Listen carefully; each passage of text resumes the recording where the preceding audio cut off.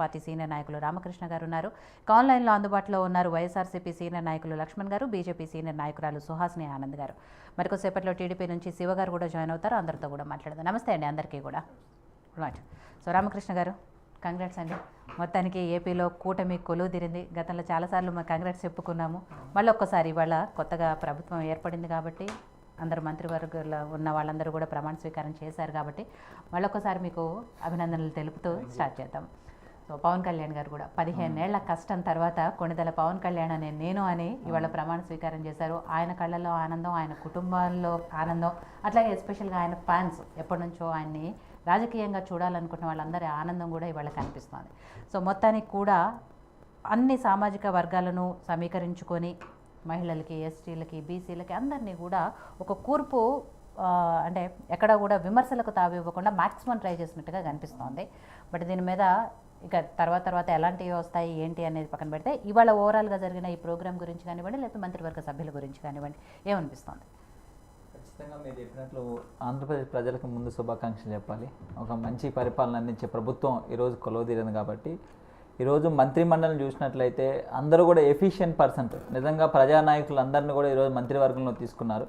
ఒక మంత్రివర్గాన్ని చూస్తే ఆంధ్రప్రదేశ్కి ఎటువంటి పరిపాలన అందించబోతున్నది అనేది కూడా చాలా బలంగా కనపడతా ఉంది. మంత్రివర్గంలో సామాజిక సమీకరణాల పరంగా కూడా మీరు చెప్పినట్లు అన్ని సామాజిక వర్గాలకి ప్రజల్లో ఉన్న అన్ని వర్గాలకు కూడా ఈరోజు చోటు కల్పించడం జరిగింది. ఈరోజు ప్రమాణ స్వీకారం చూసినట్లయితే ఆంధ్రప్రదేశ్ ప్రజలందరికీ కూడా ఒక భవిష్యత్తు మీద మంచి అభిప్రాయం. ఎందుకంటే నరేంద్ర మోడీ గారు వచ్చి ఈ యొక్క ప్రభుత్వాన్ని ఆశీర్వదించడం కానీ, శుభాకాంక్షలు తెలియజేయడం కానీ, అంటే నరేంద్ర మోడీ గారి సహకారం కూడా ఆంధ్రప్రదేశ్ ప్రజలకి, ఆంధ్రప్రదేశ్ ప్రభుత్వానికి ఉండబోతుందని తెలియజేస్తూ ఉంది.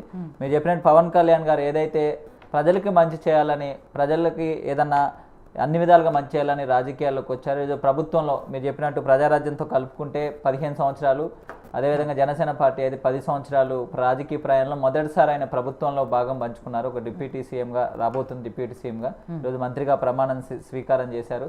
అదేవిధంగా డిప్యూటీ సీఎంస్ కూడా అనౌన్స్ చేయబోతున్నారు అఫీషియల్గా. ఇంకో 1-2 అవర్స్లో రావచ్చు అనుకుంటా. ఖచ్చితంగా తనదైన ముద్ర వేస్తారు. చంద్రబాబు నాయుడు గారు, పవన్ కళ్యాణ్ గారి నాయకత్వంలో ఆంధ్ర రాష్ట్రం ముందుకెళ్తారని మేము భావిస్తూ ఉన్నాం. ప్రజలకు ఇప్పుడు ఏవైతే 5 సంవత్సరాల్లో ఏ విధంగా నష్టపోయారో, అభివృద్ధి కుంటుపట్టడం దగ్గర నుంచి, యువతకు ఉద్యోగాల దగ్గర నుంచి, రాజధాని లేకపోవడం దగ్గర నుంచి, పోలవరం వెనకబట్టడం దగ్గర నుంచి, శాంతి భద్రతల విషయం దగ్గర నుంచి, ఇక విద్యారంగ పాలసీ కానీ, విద్యా పాలసీ కానీ, లేకపోతే హెల్త్ పాలసీ కానీ, లేకపోతే మద్య విధానం కానీ, లేకపోతే ఇసుక విధానం కానీ, ఇట్లా అన్ని రంగాలను కూడా నాశనం చేసిన పరిస్థితి అయితే కనపడుతుంది. దళితులకి ఇవ్వాల్సిన సంక్షేమ పథకాల విషయంలో కానీ, లేకపోతే ముఖ్యంగా వీటన్నిటితో పాటు ప్రభుత్వం ఎలా మసులుకోవాలి, ప్రభుత్వం నైతిక విలువలు ఏ విధంగా ఉండాలి, ప్రభుత్వం ఏ విధంగా ఫంక్షనేట్ అవ్వాలి, అవన్నీ కూడా వ్యవస్థలు నిర్వీర్యం చేసిన పరిస్థితి కనపడుతూ ఉంది. వీటన్నిటిని చక్కదిద్దే ప్రయత్నం అయితే చంద్రబాబు గారు, పవన్ కళ్యాణ్ గారు స్టార్ట్ చేశారు అని అనుకుంటున్నాం. ఖచ్చితంగా అది 1-2 మంత్స్లోనే మనకు కనపడుతుంది.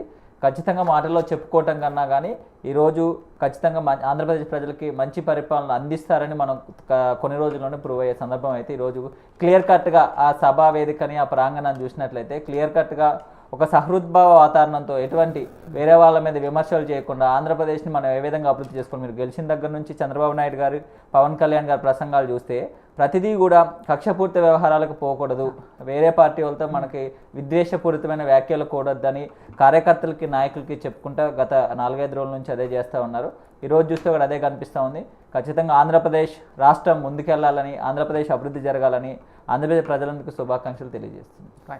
సో సుహాసిని గారు, మీకు కూడా వన్స్ అగైన్ కంగ్రాట్స్ అండి. అటు కేంద్రంలో బీజేపీ ప్రభుత్వం 3వ వచ్చింది, ఇక్కడ ఆంధ్రప్రదేశ్లో కూడా కూటమి ప్రభుత్వం ఏర్పడింది కాబట్టి ఇవాళ మంత్రివర్గ సభ్యులు మొత్తం కూడా 24 మంది చేసి దాంట్లో బీజేపీ నుంచి కూడా ఒకరికి ఆ మంత్రివర్గంలో చోటు దక్కింది కాబట్టి